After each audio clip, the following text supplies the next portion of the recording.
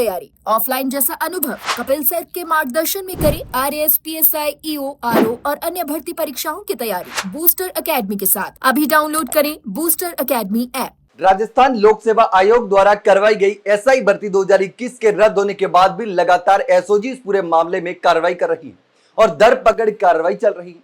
जिन अभ्यर्थियों ने फर्जीवाड़ा किया, पेपर खरीद करके परीक्षा दी, या फिर इसके पीछे के जो दलाल थे जिन्होंने दूसरे लोगों के लिए पेपर खरीदा, या फिर कई परिजनों ने अपने बच्चों के लिए पेपर खरीदा, उनको लगातार पकड़ने का काम चल रहा है। अब देखिए, इसी बीच में एक ऐसा मामला सामने आया है जो आपको चौंका सकता है। अपने भाई को एसआई बनाने के लिए अपनी नौकरी दांव पर लगा दी। डबल एओ की नौकरी थी और डबल एओ की नौकरी अब संकट में है और उस आरोपी को भी पकड़ा जा चुका है। तो अब देखिए, राजस्थान में चर्चित जो एसआई भर्ती 2021 की पेपर लीक के बाद में रद्द हो गई और एसओजी लगातार उस पर काम कर रही है। तो देखिए, एसओजी ने सीकर पुलिस के सहयोग से लंबे समय से एक फरार जो एक आरोपी चल रहा था, 10,000 रुपए का इनामी आरोपी सरकारी कर्मचारी था, नागेश कुमार यादव, उसको गिरफ्तार कर लिया है। नागेश कुमार यादव खुद सहायक लेखाधिकारी है, यानी कि डबल एओ है, जिसने अपने सगे भाई को थानेदार बनाने के लाखों रुपए का सौदा कर दिया।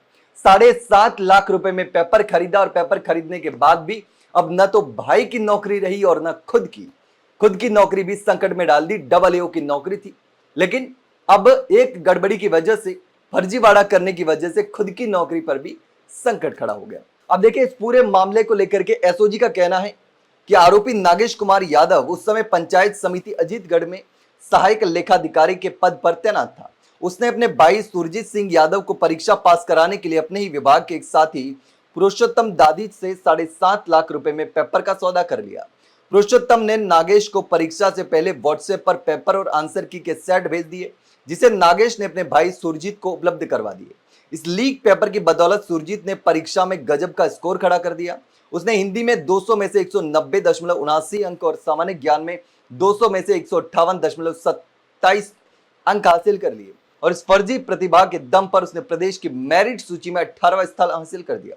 फर्जीवाड़ा करके मेरिट में 18वां स्थान हासिल कर लिया और सब इंस्पेक्टर के पद पर अंतिम रूप से चयन भी हो गया, यानी एसआई भी बन गया।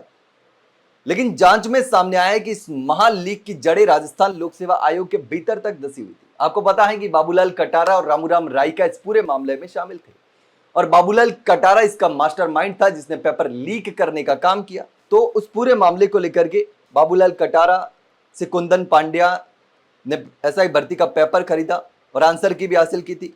कुंदन ने इसे अपने परिचित संदीप कुमार लाटा और पुरुषोत्तम दाधीज को दे दिया।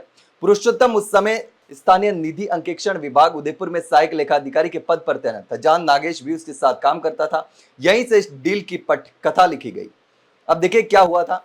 तो इस काले कारनामे के बेनकाब होने के बाद में नागेश अपनी ड्यूटी छोड़ करके गायब हो गया और लगातार फरार चल रहा था। हालांकि उसके भाई सुरजीत सिंह यादव को एसओजी ने 9 अक्टूबर 2024 को ही गिरफ्तार कर लिया था और उसके साथी पुरुषोत्तम दाधीज को 2 जून 2025 को ही गिरफ्तार कर लिया गया था। उसके खिलाफ कोर्ट में चार्जशीट भी पेश की जा चुकी है।